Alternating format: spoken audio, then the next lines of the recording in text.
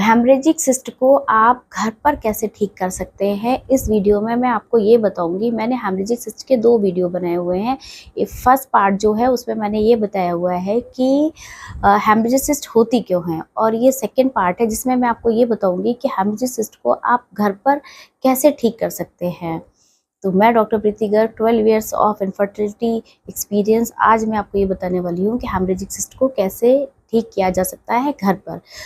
तो सबसे पहले हमने जो फर्स्ट पार्ट में बताया था कि एक तो हार्मोनल इम्बैलेंस है कि भाई आपका हार्मोन थोड़ा डिस्टर्ब है, तो उस वजह से आपको हेमरेजिक सिस्ट होगी। दूसरा ये है कि आपकी प्रकृति पित्तज है, आप जो प्रकृति है आपकी वो पित्तज है। देखिए, प्रकृति को नहीं बदल सकते। जब हमारा जन्म होता है, जब हमारा बर्थ होता है, जब हम पैदा होते हैं, तो हमारी प्रकृति डिसाइडेड होती है कि हम वातज प्रकृति के हैं, पित्तज प्रकृति के हैं, कफज प्रकृति के हैं, द्वंद्वज हैं, वात पित्त है, कफ पित्त है, वात कफ है। कौन सी प्रकृति, उसको आप चेंज नहीं कर सकते। मतलब वो since birth to up to death वो डिसाइडेड रहती है प्रकृति आपकी कि आपकी प्रकृति क्या है। तो उसको तो हम चेंज नहीं कर सकते हैं, लेकिन जो चीज़ें हैं जो हम करते हैं, जिस वजह से पित्त प्रकोप होता है, जो चीज़ें हम खाते हैं, जो हमारी एक्टिविटीज़ होती है डेली की, वो चीज़ों को हम चेंज किया कर सकते हैं। तो जैसे कि मैंने आपको बताया था कि जो पेशेंट है पित्त प्रकृति का है या नहीं भी है, तो वो क्या कर रहा है कि वो पित्त प्रकोपक आहार ले रहा है, मतलब पित्त प्रकोपक डाइट वो ले रहा है, जिससे कि पित्त प्रकोप हो रहा है। जैसे कि मैंने आपको बताया कि गरम मसाला खा रहा है, लाल मिर्च है, हरी मिर्च है, काली मिर्च है। तो ये क्या करती हैं, ये चीज़ें जो हैं ये पित्त का प्रकोप करती है। बहुत खट्टी चीज़ें हैं, जैसे आप बहुत चटनी खाते हैं, अचार खाते हैं, गोलगप्पे खाते हैं, तो ये जो चीज़ें हैं ये क्या करती हैं, आपका पित्त प्रकोप करती हैं। आप गुड़ खाते हैं, आपकी डाइट में है कि भाई गुड़ हेल्दी होता है, चीनी की जगह हमें गुड़ खाना चाहिए। ऑब्वियसली आपको गुड़ खाना चाहिए, लेकिन अगर आपको ब्लीडिंग टेंडेंसी, आपको हेमरेजिक सिस्ट बन रही है, तो गुड़ क्या है, वो गर्म होता है, तो वो क्या करेगा, पित्त का प्रकोप करेगा।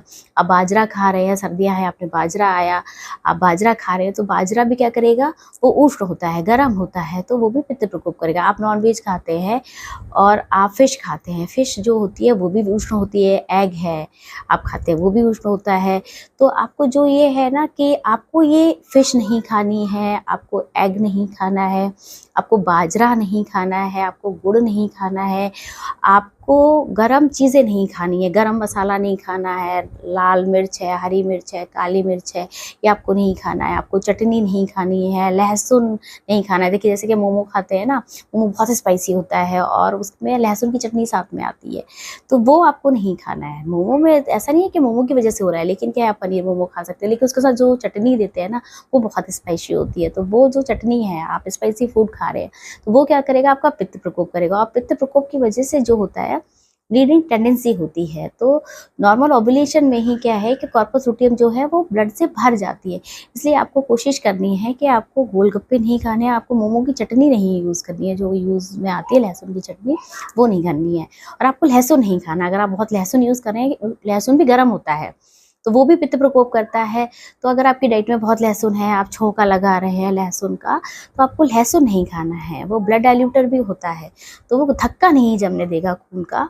तो क्या होगा कि आपको हेमरेजिक सिस्ट होगी। अगर आपको हेमरेजिक सिस्ट है, ऐसा नहीं है कि लहसुन आपको नहीं खाना है, अगर आपको हेमरेजिक सिस्ट बार बार बन रही है, तो आपको लहसुन को बंद करना है खाने में।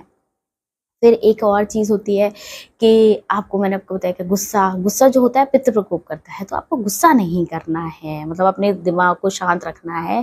गुस्सा अगर आप करेंगे तो वो पित्त का प्रकोप करेगा, और पित्त प्रकोप होगा तो क्या होगा, ब्लीडिंग की टेंडेंसी आपकी ओवरी में बढ़ेगी। वैसे तो सब जगह होता है, जैसे कई बार होता है ना कि ब्रेन बीपी बढ़ गया, पित्त, आपको गुस्सा आया और आपका ब्रेन हैमरेज हो गया, वो भी तो ब्लीडिंग ही हुई, पित्त प्रकोप हुआ।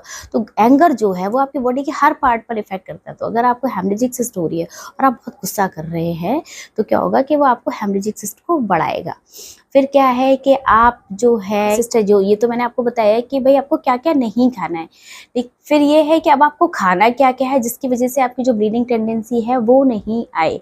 तो सबसे पहले तो क्या करना है कि आपको दूध और पेठा खाना है, मतलब आपको ठंडी चीज़ें खानी है। आपकी डाइट में ना ठंडी चीज़ों को लेके आना है, क्योंकि हेमरेजिक सिस्ट किसकी वजह से हो रही है, गर्म चीज़ों की वजह से। जैसे कि देखिए, आपके अगर नेजल ब्लीडिंग की टेंडेंसी है, तो जो प्रिकॉशंस आप नेजल ब्लीडिंग के टाइम पे लेते हैं, जैसे कि आप चाय पीना बंद कर देते हैं, आपको नाक से खून आ रहा है तो आप अदरक नहीं डालेंगे, चाय नहीं पिएंगे, तो वही चीज़ है कि जो प्रिकॉशंस आप नेजल ब्लीडिंग में करते हैं, नाक से खून खून आता है, बहुत लोगों को आता है कि भाई आ गया ऐसे खून, तो घर में सबको पता होता है कि हाँ इसमें ये चीज़ें नहीं करनी है। तो वो चीज़ें सेम चीज़ें जो घर में एडवाइस होती है वो भी आप कर सकते हैं। और वो तो मैं आपको बता ही रही हूँ कि आपको क्या करना है। तो आपको ना दूध और पेठा खाना है, अपनी डाइट में आपको दूध लेना है और पेठा लेना है। पेठा ठंडा होता है, शीतवीर्य होता है, तो आपको अपनी डाइट में पेठा लेना है। आपको करेला लेना है, आपको परवल लेना है, लौकी, तोरई।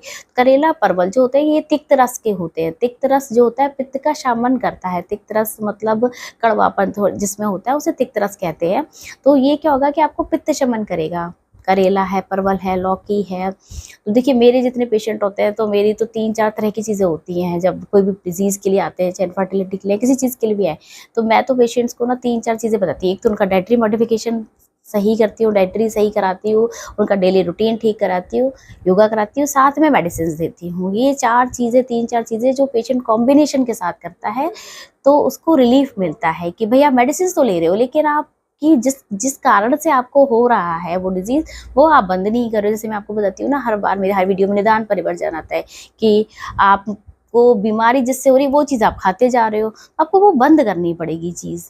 तो ये है कि आपकी डाइटरी मॉडिफिकेशन बहुत ज़्यादा ज़रूरी होते हैं और आपके डेली रूटीन की जो चीज़ें हैं वो भी बहुत ज़रूरी होती है। तो उसमें मैंने आपको बताया कि आपको दूध और पेठा खाना है, करेला खाना है, परवल खाना है, लौकी खानी है, तोरई खानी है आपको।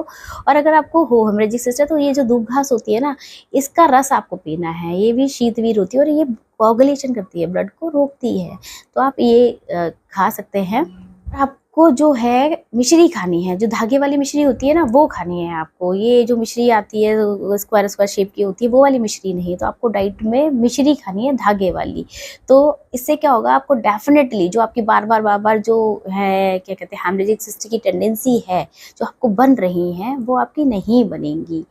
और उसके बाद भी अगर आपका ठीक नहीं होता है कि आपने ये सब चीज़ें कर ली हैं, उसके बाद भी आपको हेमरेजिक सिस्ट बन रही है, नहीं सही हो रही है और आप प्रेग्नेंट नहीं हो रहे हैं, आपको मेंसेस नहीं बंद हो रहा है, नहीं सही हो रहा है, तो आप मेरे दिए हुए नंबर पे मुझसे कांटेक्ट कर सकते हैं। तो उसमें क्या है कि फिर मैं आपको मेडिसिन जो आयुर्वेदिक मेडिसिन होती है तो उनसे वो लेने के बाद डेफिनेटली जो है हेमरेजिक सिस्ट ठीक हो जाती है। बिल्कुल अलोंग विद दीज जो आपको मैंने बताए हुए हैं प्रिकॉशन जो आपको खाना है, नहीं खाना है, उसके साथ अगर आप आयुर्वेदिक मेडिसिन भी लेंगे तो डेफिनेटली आपकी कभी नहीं बनेंगी और जो आपको बन रही हैं वो ठीक हो जाएंगी। बहुत सारे केसेस होते हैं जो ठीक हो जाते हैं। Thank you so much.